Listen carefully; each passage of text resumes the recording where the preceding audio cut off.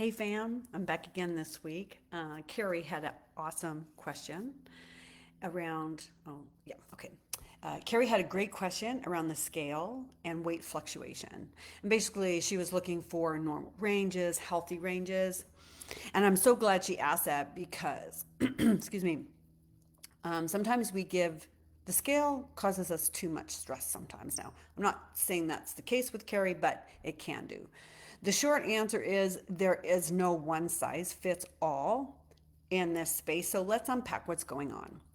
Now, you guys know the scale is not measuring fat gain or fat loss because it's a measure of muscle, bones, water, food that might be in your belly, and your body fat. So, all that is what's reflected on that weight number. It's completely normal to experience daily changes because so much can affect that weight, including higher salt. You retain more water. Sometimes when I increase my carbs, I will see a change. A harder workout may cause inflammation, which will be affected on the scale. Poor sleep, alcohol, your hormones, like we all know how much our scale fluctuates around our periods. Even weather can affect the number on the scale.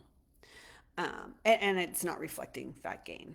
So here's some general guidelines. 1 or 2 pounds a week is completely normal, depending on the person too. I have seen 2 to 5 pounds of variation from week to week.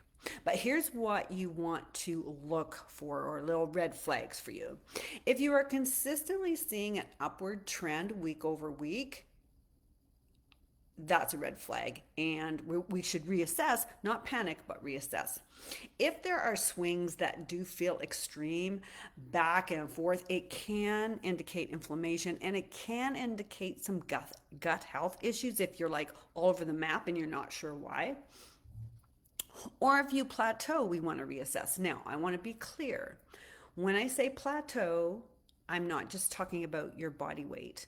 I'm talking about your body weight and your girth, okay? So say your body weight stays at 140, for example, but your waist and your hips are down 1/4 of an inch or 1/2 an inch. That means you're a smaller person, but you're weighing more, which indicates you've put on muscle, especially if you're strength training. So that I wouldn't even classify that as a plateau. We're all good. Um, Yeah, and again, if any of those things happen, you see those patterns, then again, we should reassess what we're doing, but we're not going to panic. And I'll share with you guys, for me personally, my weight will fluctuate about 2 to 3 pounds through the week. So I'm pretty much in maintenance, but I'm always heavier on Monday. Over the weekend, I do drink some alcohol. I might have later meals, bigger meals. Maybe there's takeout in there. There's definitely socializing. So sleep is less than I normally would do. So, like I said, Monday, I don't know. I'm always up a couple pounds, and then through the week, they come off, and I'm just in maintenance. Now, for me, I shared with you a couple weeks ago, I found my butt getting a little bigger. Now, I was training muscular endurance, which is higher reps, lower weight, drop back down to more relative strength training to, gain power and more lean muscle. My butt is shrinking, but my weight is not changing. And that's just me. Like, all body types will not respond the same to that weight rep protocol. And maybe I'll dive into that a little bit more too and explain what body types use respond better to which rep ranges. Okay, so I think one of the biggest mistakes we made, and I'm not saying Carrie did this. It's just the question prompted me to say the biggest mistake we make is reacting emotionally to that one data point. Trends matter, and again, girth is super important, you guys. I can't stress that enough. People come still and are upset about the scale, and then we look at their girth and they're actually smaller. So that is a friggin' win. And think, if we were men training, you know what they want to do? They want to put on weight, okay? So just saying. So track those trends, look for the trends. Some other guidelines when you are weighing, and you guys know this already, I'm sure. Look for patterns. Compare averages, weigh yourself the same day, and if it's weekly, the same day specific, particularly if you're weighing weekly, the same conditions every day. So ideally, you're weighing yourself before you eat and after you've gone to the bathroom, first thing in the morning.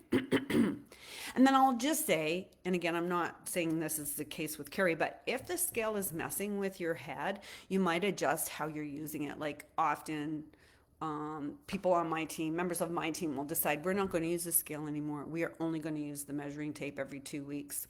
Oh, I forgot to mention too, like, I wanted to define a plateau a little bit more, so I'm skipping back to where like you've seen a plateau.